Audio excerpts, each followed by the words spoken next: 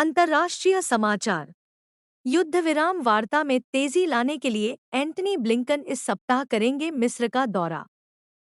America के विदेश मंत्री एंटनी ब्लिंकन इस सप्ताह के अंत में मिस्र का दौरा करेंगे और इजरायल तथा हमास के बीच चल रही शांति वार्ता की समीक्षा करेंगे।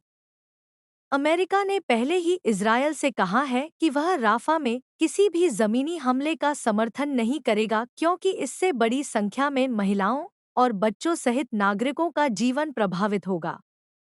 अमेरिकी राष्ट्रपति जो बाइडेन पहले ही इजरायली प्रधानमंत्री बेंजामिन नेतन्याहू को सीधे टेलीकॉल में राफा ऑपरेशन के संबंध में अपने देश के रुख के बारे में बता चुके हैं। इस बीच शांति वार्ता के लिए कतर में इजरायली प्रतिनिधिमंडल का नेतृत्व कर रहे मोसाद प्रमुख डेविड बार्निया मंगलवार रात वापस तेल अवीव लौट आए हैं, क्योंकि इजरायल ने कतर और मिस्र जैसे मध्यस्थ देशों के माध्यम से हमास द्वारा रखी गई कई मांगों को नहीं माना। न्यूजीलैंड के प्रधानमंत्री ने चीनी विदेश मंत्री से भेंट की।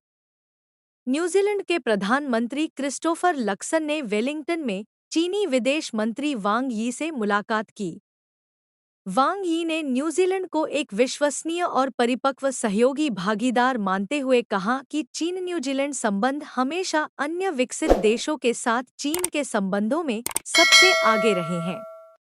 उन्होंने इस साझेदारी के रणनीतिक और दीर्घकालिक महत्व पर जोर देते हुए कहा कि जैसा कि हम इस वर्ष हमारे देशों के बीच व्यापक रणनीतिक साझेदारी की स्थापना की 10वीं वर्षगांठ मना रहे हैं, हम इस साझेदारी को और मजबूत करने और आगे बढ़ाने के लिए तत्पर हैं। वांग यी ने बेल्ट एंड रोड सहयोग में अपनी भागीदारी बनाए रखने के लिए न्यूजीलैंड की प्रतिबद्धता का स्वागत किया। उन्होंने न्यूजीलैंड के साथ पारंपरिक सहयोग बढ़ाने और विज्ञान, प्रौद्योगिकी, पर्यावरणीय स्थिरता और नवाचार में सहयोग के नए क्षेत्रों का पता लगाने के लिए चीन की उत्सुकता व्यक्त की। चीन में स्वर्णिम दौर से गुजर रहे नाभिकीय बिजली कार्य।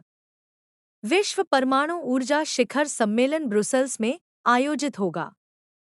इसमें जीवाश्म ईंधन घटाने, ऊर्जा सुरक्षा तथा आर्थिक विकास बढ़ाने में परमाणु ऊर्जा की भूमिका पर फोकस रखा जाएगा। इस समिट से पहले चीनी national nuclear power corporation limited company के बोर्ड अध्यक्ष लू थिएनचुंग ने मीडिया के साथ हुए विशेष साक्षात्कार में बताया कि स्वच्छ ऊर्जा के नाते नाभिकीय ऊर्जा वर्तमान ऊर्जा ढांचे के सुधार और ऊर्जा सुरक्षा की गारंटी के लिए बहुत महत्वपूर्ण है।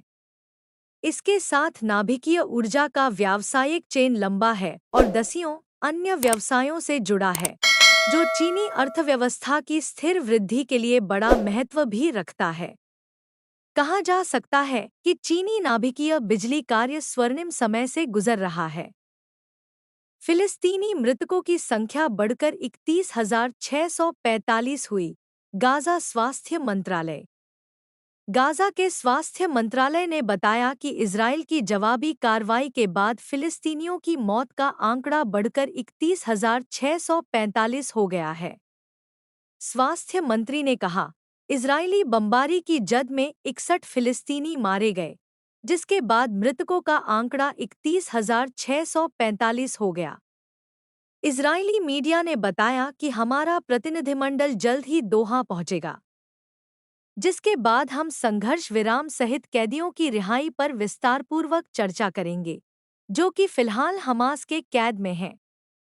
मीडिया रिपोर्ट के मुताबिक इजरायल द्वारा घेराबंदी किए जाने के बाद गाजा में गंभीर स्थिति पैदा हो गई है, जहां संयुक्त राष्ट्र ने बार-बार तटीय क्षेत्र के 24 लाख लोगों पर अकाल पड़ने की चेतावनी दी है।